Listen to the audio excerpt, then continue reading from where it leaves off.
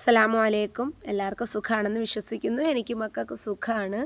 രാവിലെ ഹോസ്പിറ്റലിൽ പോണ്. ഇന്ന് ജോലിയില്ല. മസ്റുമോൾക്ക് വയ്യ. അടിനോട് അറിയാമല്ലോ, നല്ല ചുമ. അതുമാത്രമല്ല, ഈ കാലാവസ്ഥ പിടിക്കുന്നില്ല.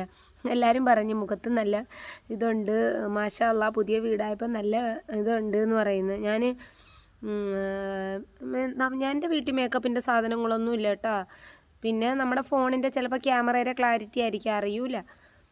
പിന്നെന്താണ്, ഇന്ന് ജോലിയും കാര്യങ്ങളൊന്നുമില്ല. 3 ദിവസത്തെ കൂടി ഒരു ദിവസം റെസ്റ്റായി. ശമ്പളം കിട്ടിയില്ല. ഇന്നിപ്പോൾ അതാ ഒരു ജോലി എന്ന് പറഞ്ഞാൽ മോളെ ഹോസ്പിറ്റലിൽ കൊണ്ടുവരണം. ഉച്ചയ്ക്ക് കുറച്ച് ആക്രിയുണ്ട്, അതുകൊണ്ട് കൊടുക്കണം. വൈകിട്ട് വീട്ടിലെ സാധനങ്ങൾ പറക്കണം. 10-ാം തീയതി വീട് ഒഴിഞ്ഞു കൊടുക്കണം. അങ്ങനെയൊക്കെ ഇരിക്കുന്നു. പിന്നെ മക്കൾക്ക് സ്കൂളിലെ ഫീസൊന്നും കൊടുത്തില്ല. അത് ഇനിയിപ്പോൾ ശമ്പളം കിട്ടിയില്ല. നമ്മളെ ഓണർ നാട്ടിലില്ല.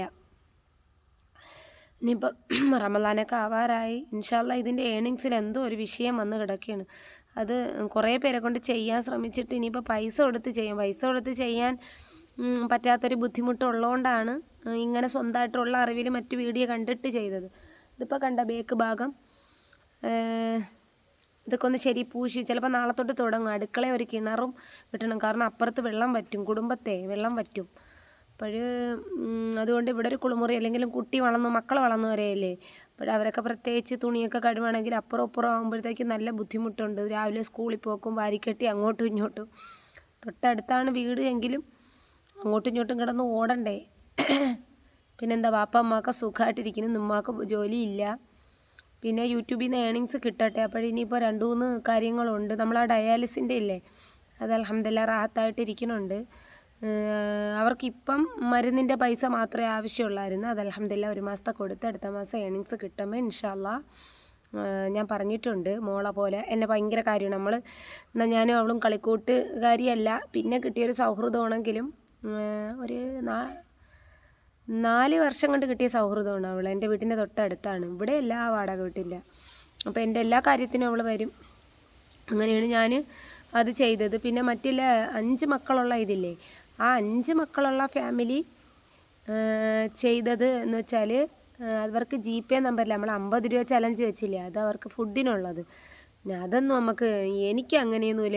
ഞാൻ 400 രൂപ ഒപ്പിക്കണമെന്നുണ്ടെങ്കിൽ അതിൽ നിന്ന് എന്തെങ്കിലും ഒരു വിഹിതം മാസം കിട്ടുമ്പോഴത്തേക്ക് ആർക്കെങ്കിലും അതങ്ങനെയാണ് നമ്മൾ. കാരണം നമ്മൾ കൊടുത്തിട്ട് ഒരാളൊരു നന്മയിലോട്ട് പോകണമെങ്കിൽ അൽഹംദുലില്ലാ അതല്ലേ റാഹത്ത്. ആരെയും ക്രെഡിറ്റും കാര്യങ്ങളൊന്നും വേണ്ട. കാരണം എന്താണെന്ന് വെച്ചാൽ ഇത് ആരെ കാണിക്കാനോ ഷൈൻ ചെയ്യിക്കാനോ ഒന്നുമില്ല. നമ്മളേന്നൊരു വിഹിതം ഒരാൾ കണ്ടൊന്ന് മനസ്സിലാക്കണമെങ്കിൽ അതാണ് നല്ലത്. പിന്നെ അവരെ സഹായിക്കാൻ ആരെങ്കിലും മുന്നോട്ട് വന്ന് എൻ്റെ കോണ്ടാക്ട് നമ്പർ വെച്ചിട്ടുണ്ട്. അങ്ങനെയെന്നുണ്ടെങ്കിൽ ഞാൻ അവരെ അക്കൗണ്ട് നമ്പർ വയ്ക്കും. കാരണം എന്ന് വെച്ചാൽ എനിക്ക് വേറെ കുഴപ്പങ്ങളൊന്നുമില്ല. ഞാൻ ഇപ്പം അവരെ അക്കൗണ്ട് നമ്പർ വെച്ചാൽ ആൾ പണിക്ക് പോകില്ല.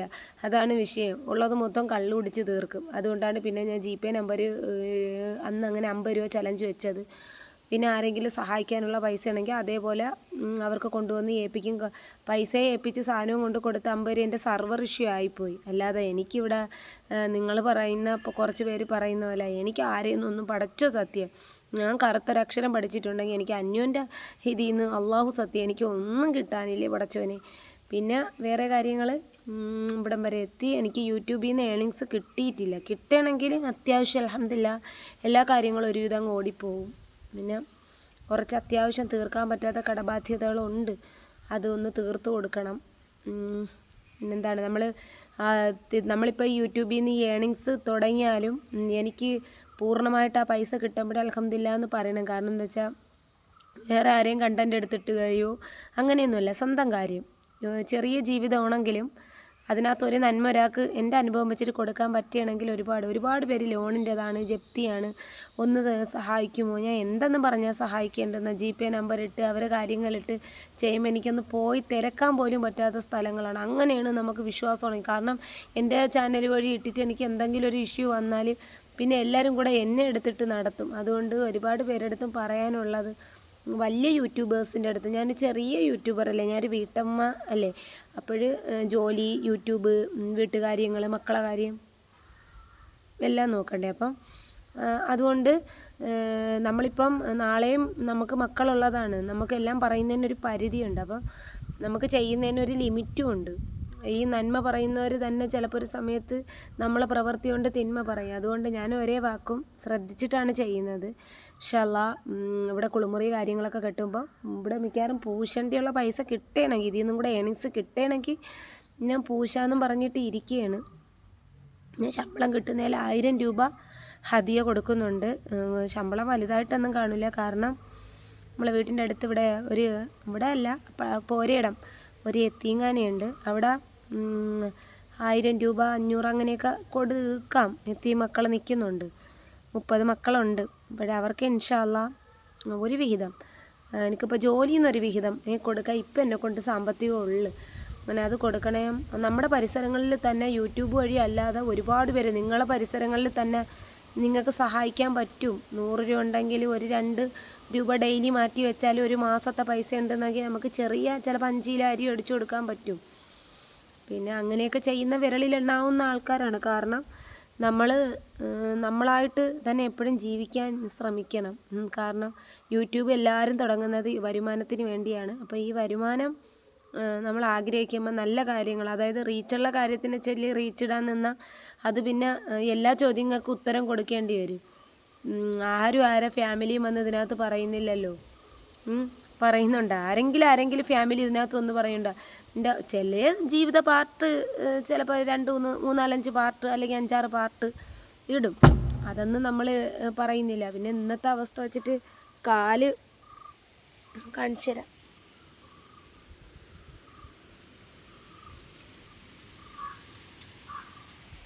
ഈ കാല് ആസിഡ് ഉള്ളതുകൊണ്ടാണ് കറുപ്പ് അടയാളാവുന്നത്, മാറൂല. എത്ര ഉരച്ചാലും ഈ കറുത്ത വീര്യം കൂടി ആസിഡ് ഉണ്ടല്ലേ അത്. അപ്പോൾ ഈ ആസിഡും കൂടെ വീണ് ഈ വെടിച്ചിൻ്റെ അകത്ത് വീഴുമ്പോൾ ഭയങ്കര നീറക്കമാണ്. നീറെന്ന് വെച്ചാൽ വേദന. അപ്പോഴ് ഇൻഷാ അല്ലാ ഈ കാലിലെ വേദന അപ്പോൾ ഇന്നും കൂടെ ആകുമ്പോൾ ഓക്കെ ആവും. പിന്നെ എനിക്ക് DTDC വഴി മലപ്പുറത്തുനിന്ന് സാധനം വരുന്നുണ്ട്. അപ്പോൾ അതിനകത്ത് വാസ്ലൈൻ ഉണ്ട് പറഞ്ഞ്.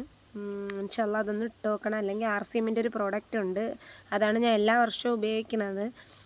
ഡോക്ടറിനെ കാണിച്ചപ്പോഴും അത് മതിയെന്ന് പറഞ്ഞു. അപ്പോൾ നോക്കട്ടെ, ഇൻഷാ അല്ലാ അത് തന്നെ ഇടണം. പിന്നെ മസ്റൂമോൾക്ക് വെയിറ്റും കുറവാണെന്ന്, അപ്പോൾ വെയിറ്റൊക്കെ നോക്കണം.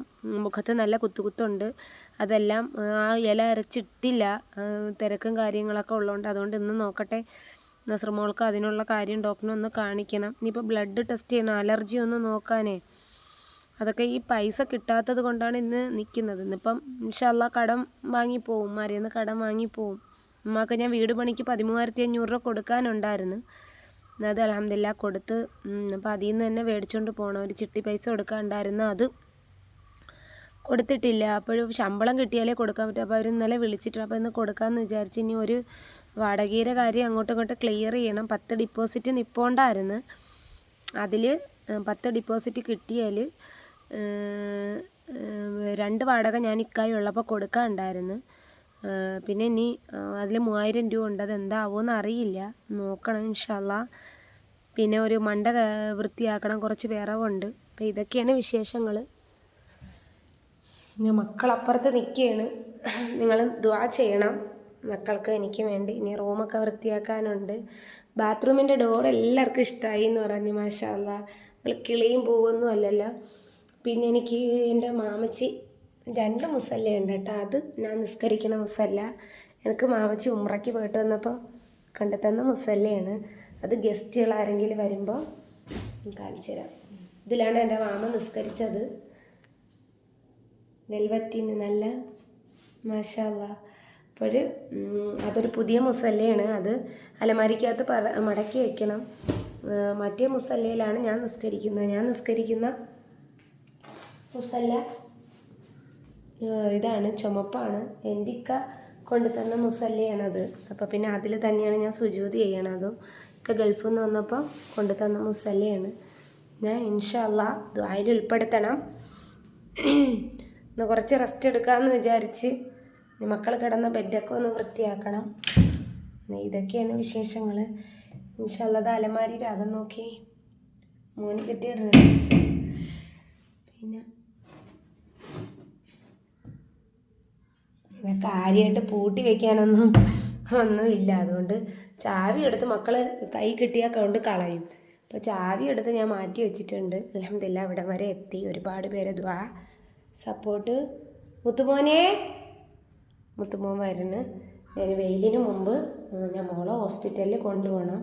പിന്നെ ഇവിടെ ഇത്തിരി പഴമൊക്കെ ഇരിക്കുന്നത് അപ്പുറത്തോട്ട്, ഇവിടെ ആരും അങ്ങനെ നിൽക്കുന്നില്ലല്ലോ, അപ്പുറത്തോട്ട് കൊണ്ടുവന്ന് കൊടുക്കണം. പിന്നെ സ്റ്റോർ റൂമൊന്നും ഒന്നും പറക്കി മാറ്റിയില്ല. എല്ലാവർക്കും സുഖമാണെന്ന് വെച്ചാണ്. ഇനി മുടിയൊക്കെ ഒന്ന് വെട്ടിക്കണം എൻ്റെ പൊന്നികളാ. അപ്പം ഇത്രയുള്ള വിശേഷങ്ങൾ. അസ്സലാമു അലൈക്കും. വന്നിട്ട് ഹോസ്പിറ്റലിൽ പോയിട്ട് വന്നിട്ട് വൈകിട്ട് വീഡിയോ ആയിട്ട് വരാം. സാധനങ്ങളൊക്കെ സെറ്റാക്കി. ചിലപ്പോൾ വീട് വലിയ സാധനമൊന്നുമില്ല കേട്ടോ. മിക്സി ഉമ്മാക്ക് കൊടുത്ത്, പിന്നെ കുറച്ച് പാത്രങ്ങളൊക്കെ ഉണ്ട്, അതൊക്കെ കുറച്ചൊക്കെ ഉമ്മാക്ക് കൊടുക്കും. എനിക്ക് അത്യാവശ്യം മതിയല്ലോ, ഇഡ്ഡലി എല്ലാം ഉണ്ട്. എനിക്ക് അതൊന്നും ഇല്ലായിരുന്നു.